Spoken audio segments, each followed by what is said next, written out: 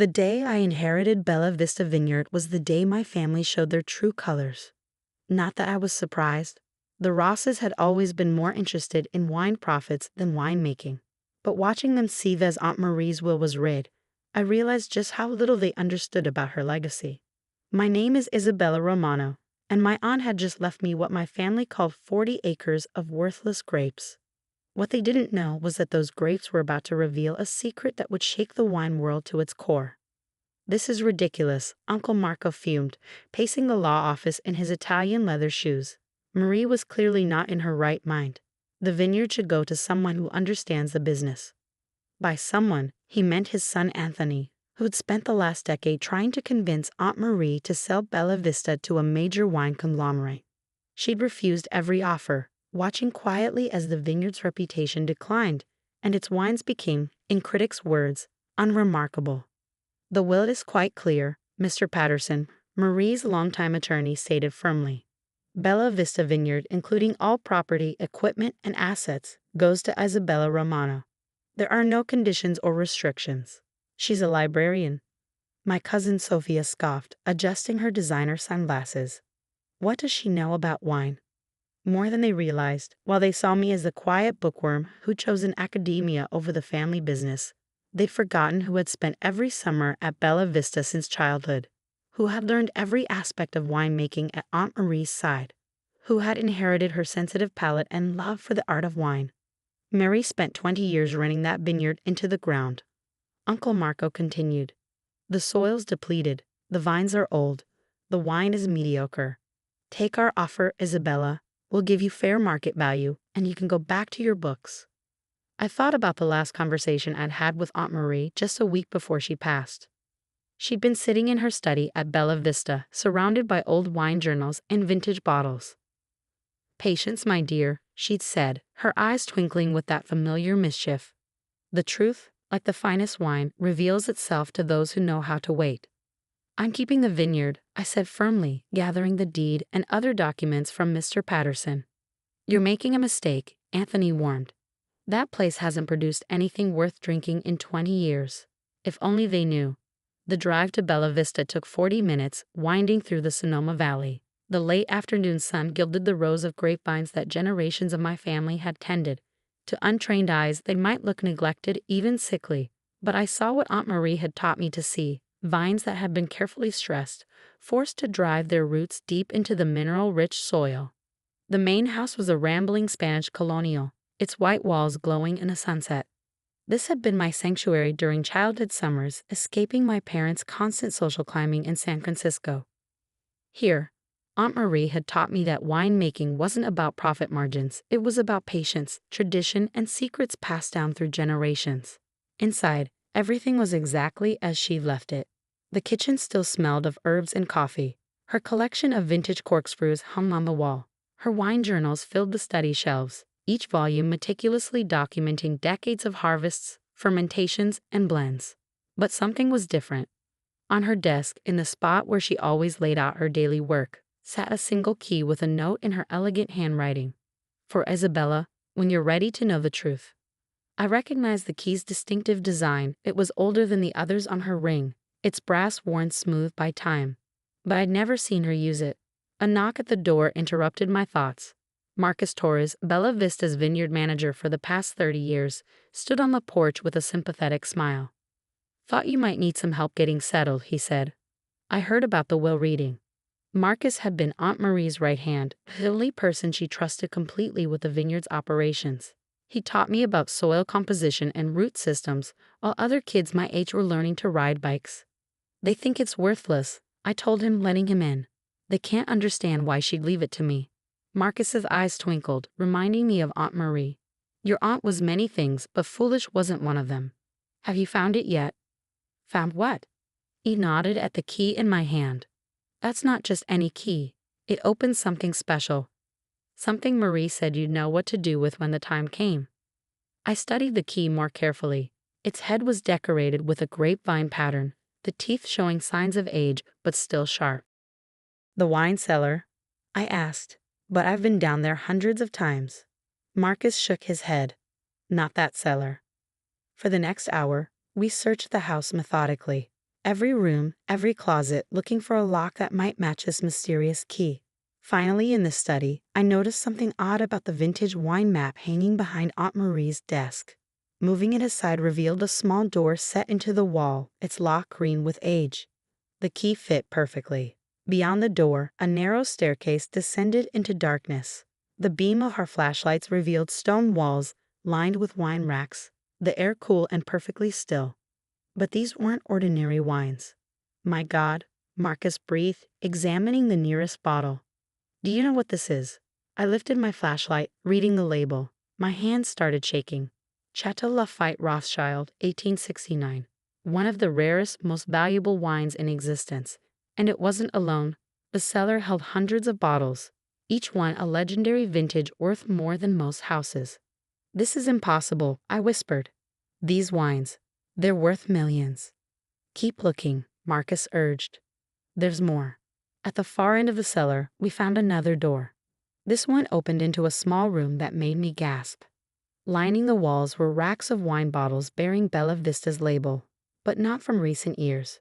These were vintages from the Vineyard's golden age, when it had produced some of California's most sought-after wines. On a small table sat a leather-bound journal and an envelope with my name. Inside was a letter in Aunt Marie's handwriting. My dearest Isabella, if you're reading this, you found what I spent 20 years protecting. The rare vintages in the outer cellar are valuable, yes, but they're not my true legacy. That lies in the bottles that surround this letter. These are Bella Vista's secret vintages, wines made exactly as my grandfather taught me, using techniques passed down through generations. While the world thought our vineyard had lost its way, I was quietly making small batches of the finest wine we've ever produced. Why the secrecy?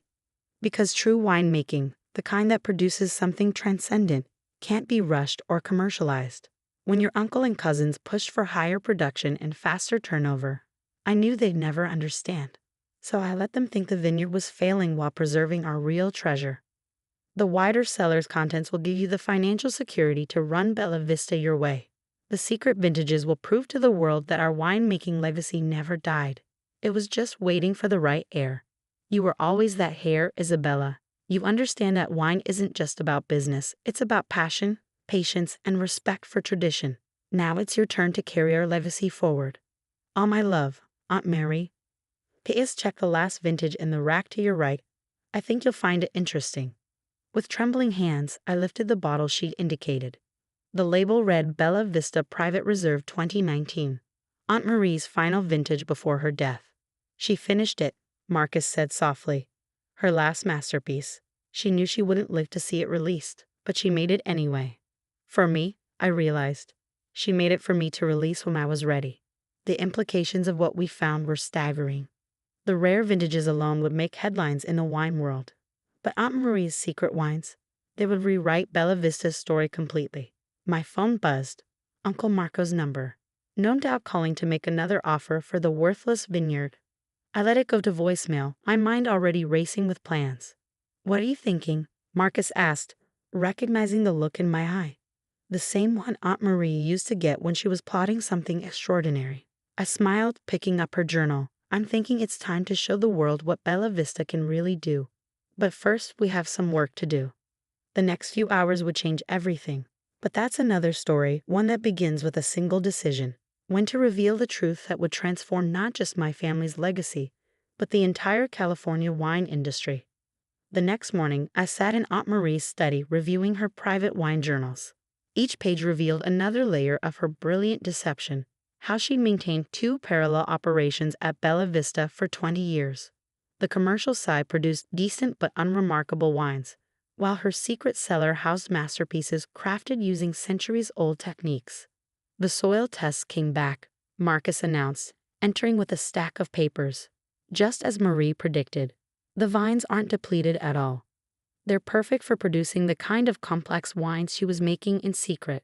I smiled, thinking of how my family had misread everything about Bella Vista. She stressed the vines deliberately, didn't she? Forced them to work harder, develop more character. Exactly. While your uncle was complaining about low yields, Marie was creating exactly the conditions she wanted. These test results prove it. Bella Vista has some of the best terroir in California. My phone buzzed again. The 10th call from Uncle Marco since yesterday. This time I answered. Isabella, his voice oozed concern. We're worried about you, alone up there in that old house. Why don't you come down to the city? We can have dinner, discuss a fair price for the vineyard. Actually, Uncle Marco, I'm meeting with Christie's auction house this afternoon. They're very interested in some rare wines I've discovered. Silence on the line. Then, what rare wines? Oh, just a few bottles Aunt Marie left behind, including a Chateau Lafite Rothschild from 1869. Amazing what you find when you look carefully, isn't it? The phone went dead. Within an hour, a convoy of expensive cars was winding up Bella Vista's driveway. This is private property, I called out as my uncle and cousins spilled from their vehicles. You weren't invited.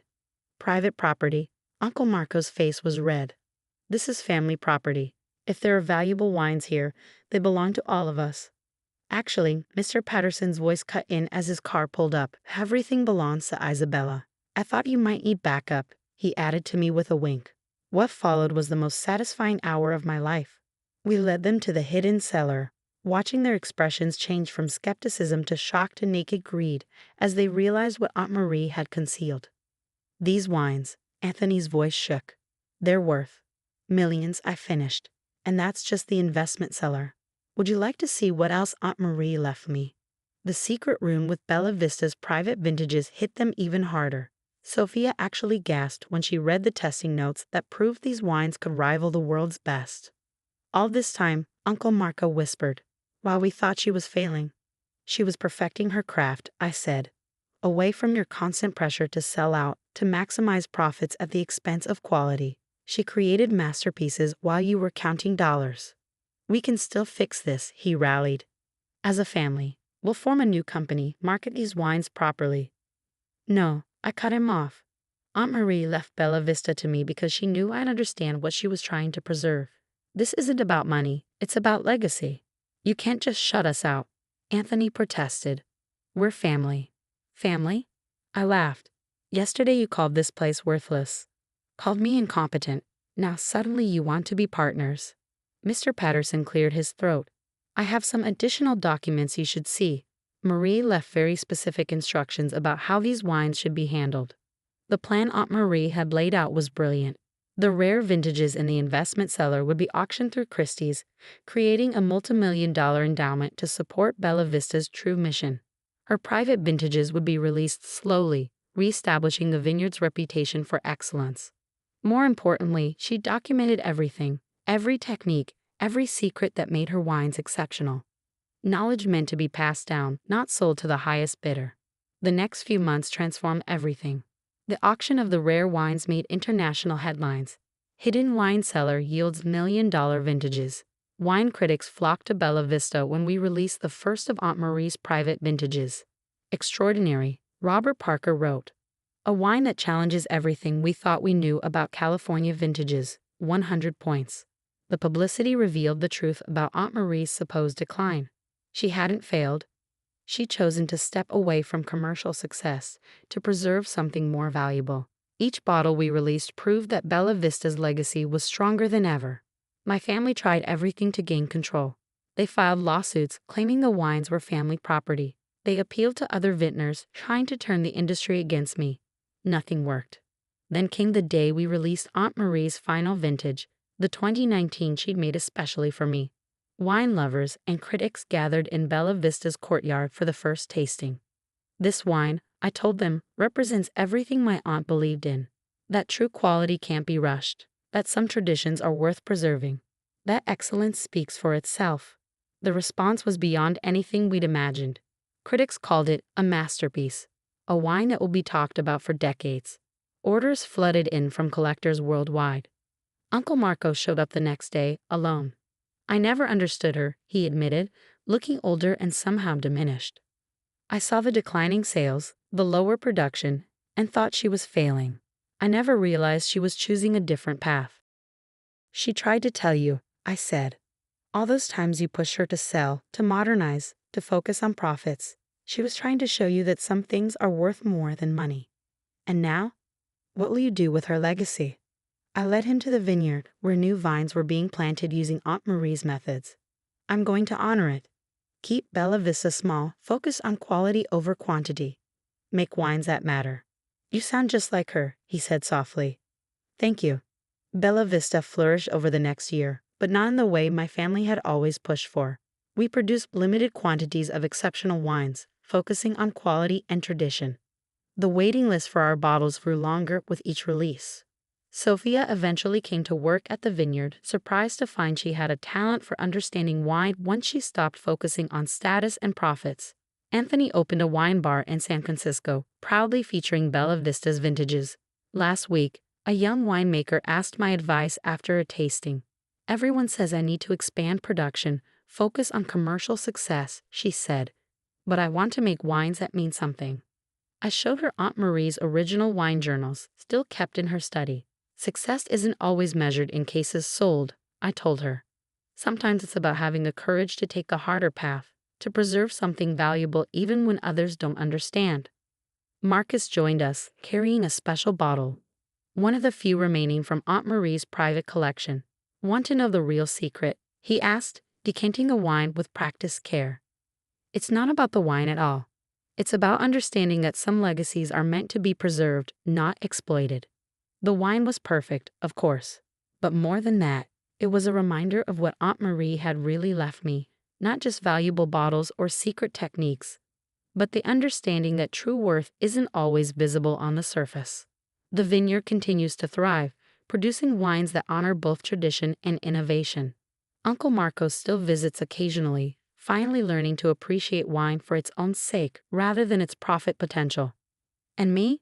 I've learned that some inheritances are about more than property or possessions. They're about preserving something precious, about having the patience to let quality speak for itself. In Aunt Marie's study, her last note to me is framed on the wall. The finest wines, like the truest legacies, reveal themselves to those who know how to wait. As I write this from the study that was once hers, overlooking vines that grow stronger each year, I think about how different things might have been if she'd given in to pressure, chosen profit over principle. The cellar's secret door remains, though it's not so secret anymore. But its lesson lives on. Sometimes the most valuable things are hidden from those too busy counting profits to understand true worth. After all, the finest vintages, like the best revenge, are best served with patience, clarity, and the quiet confidence that quality will always find its audience.